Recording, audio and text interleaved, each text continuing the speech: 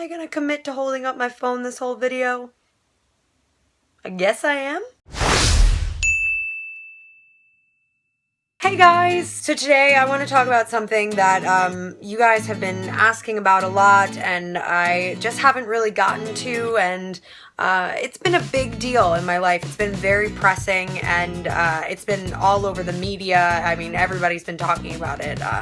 So I think it's time, and I'm ready to discuss it with you guys. And that is Season 3 of House of Cards.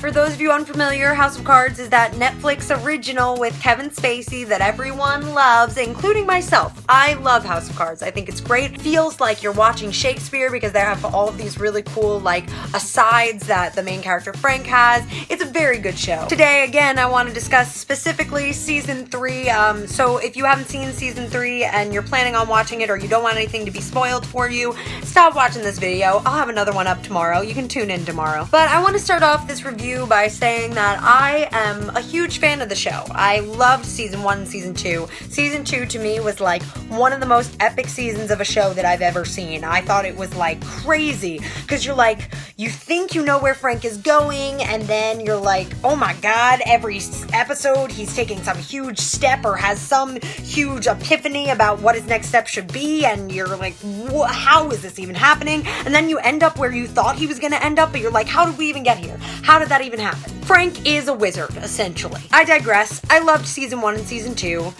Guys, I really didn't like Season 3. To me, Season 3, like, when it started, I understood, because I was like, okay, he's in his presidency and he's not doing that well, because that makes sense. Thematically, that gives them now somewhere for the story to go. If everything was like gung-ho and great, then that probably wouldn't make for a great story this season. But so I understood that. But then nothing seemed to really be happening, and you were like, okay, so it seems like one of the themes that they're focusing on is that Claire and Frank are like having problems. Cool, I mean, whatever, but they'll get over them, and then they do get over them, but I guess they're just pushing them to the side. But I don't totally understand how now these sudden problems are like a problem when they never have been before. Okay, it doesn't entirely make sense to me, but I'm still gonna ride this dragon. And then you're like, of course Frank is gonna run for a second term, so I guess that's the theme this season, is how is he gonna go and run for a second term? And then you're like, okay, well, he decided to not announce that he's running, but you know that it's gonna go there. So I found everything in this season to be incredibly predictable, which was so not the case for me in Seasons 1 or 2. I think my whole thing with this season was that everything moved at such a slow pace. Like, I was really like, what are they doing? Where are they going with this?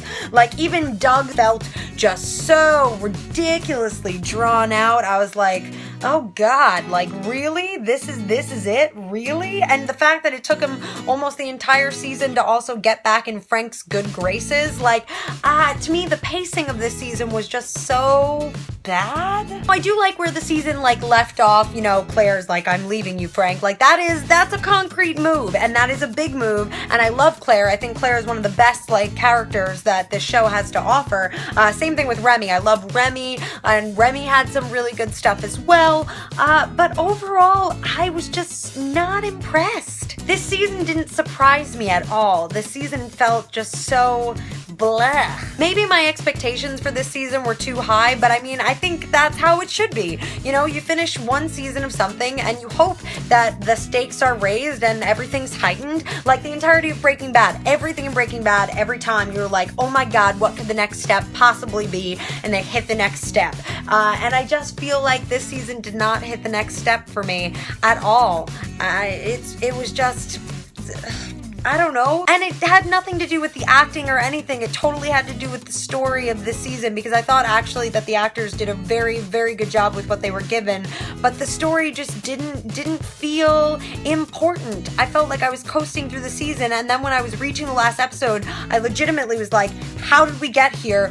What has happened this season? I barely even know what to talk about in this video right now. What do you guys think, you House of Cards fans? Leave it in the comment section below and we'll talk about it, because I kind of want to talk about it. I went to work the next day and I was like, who here watches House of Cards? And no one did, and I was sad. So that's kind of all I have for today's video. I just wanted to have like a casual conversation about House of Cards, and I hopefully will make a full House of Cards video at some point, because again, season 1, season 2, I freaking loved.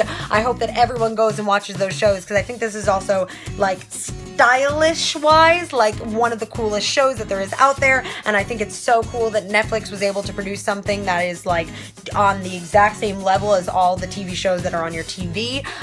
So I'm still looking forward to season 4, but I don't know. Is there anything else you guys want me to review or talk about with you guys? Leave it in the comment section below and I might discuss it. Otherwise, I love you biddies, and I will see you in my video tomorrow.